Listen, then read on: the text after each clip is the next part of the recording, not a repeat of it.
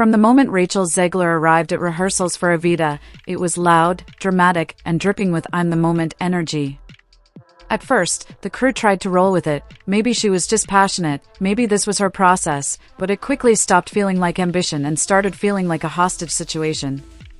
From the outside, it looked like a dream. Rachel Zegler, cast in a legendary role that defined careers, won Tonys, and inspired generations. This was her chance to finally break free from the shadow of Disney princesses and sarcastic social media posts. Theater blogs called it inspired casting. The press cheered. Fans believed this could be her turning point, the moment she proved she was more than hype. But behind the curtain, it was chaos from the start. People gave her the benefit of the doubt. Big stars come with big personalities. But soon, it spiraled. Rachel began showing up late, dismissing vocal coaches' notes, and changing choreography mid-run, like she was rewriting the entire show. She reportedly insisted Evita needed a total overhaul, less musical theater, more personal monologue. In blocking sessions, she allegedly argued with the director, declaring, "This scene needs to reflect feminine rage, and you don't understand evil like I do." Bold choices can be valuable, but when every rehearsal becomes a battleground, even the most patient castmates reach a breaking point. According to one witness, the rest of the cast felt they couldn't correct her, disagree with her, or even breathe wrong without getting side-eyed or called out. Veteran actors with decades on stage were treated like background noise. Stagehands allegedly began swapping shifts just to avoid being around her.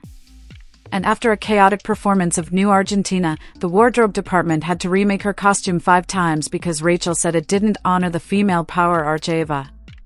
One assistant choreographer flatly called her the most exhausting person they'd ever worked with. Then came the infamous breakdown. Deep into a full run-through, Rachel reportedly stopped mid-song, threw her hands in the air, and shouted, "I'm not doing this circus anymore," before storming off stage. The room went silent. And finally, someone said what everyone else had been thinking, "She has to go." That was the tipping point. From then on, the cast started keeping records, actual documentation, not gossip. Quotes. Dates. Meltdowns. A formal complaint was delivered to the producers, allegedly signed by nearly half the cast. One chilling line read, "Rehearsals have become unsafe, unproductive, and entirely centered around one person's emotional instability." Some even recorded rehearsal audio, just in case. Still, there was no immediate response.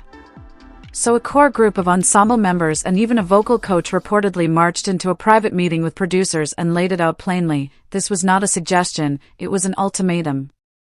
They weren't coming back unless something changed. One producer allegedly asked, "You want us to fire the lead?" The response, "No. We're telling you we won't work if you don't." That wasn't mutiny, it was survival. Suddenly, everything shifted.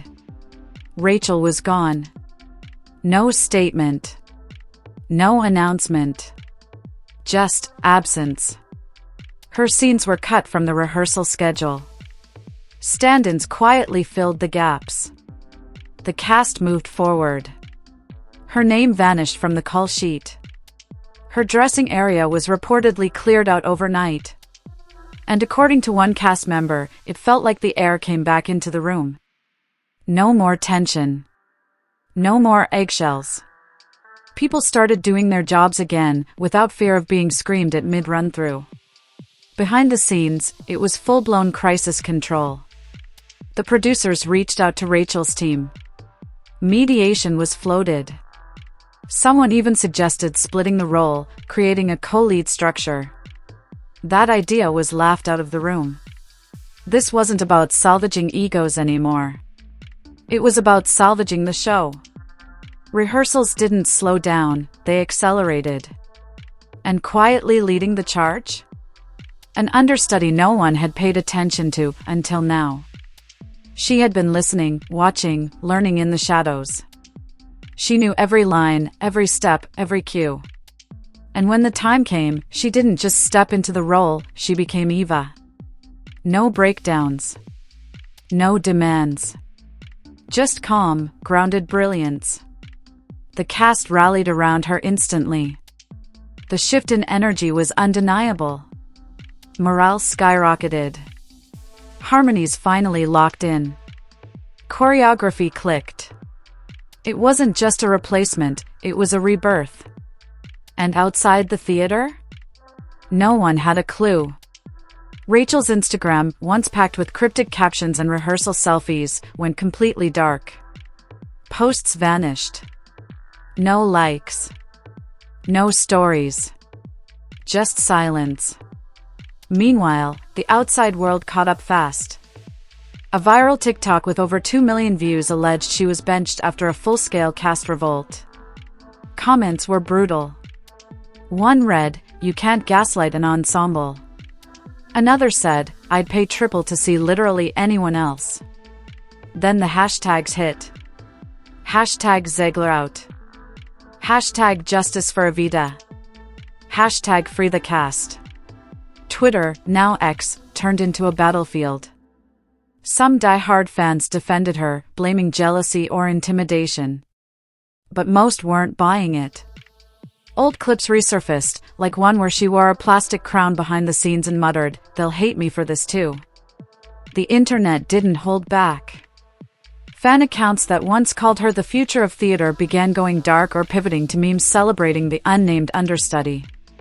One post summed it up, "Eva without the attitude, that's the revolution we needed." And through it all, the official Evita channel stayed quiet. No Rachel. No tags. Just vague rehearsal shots and a new creative direction announcement. But fans aren't stupid. They figured it out. Rachel wasn't taking a break. She wasn't evolving her role. She was gone. A ghost in a show that had moved on without her. And while her team scrambled for a PR plan, the stage was no longer hers.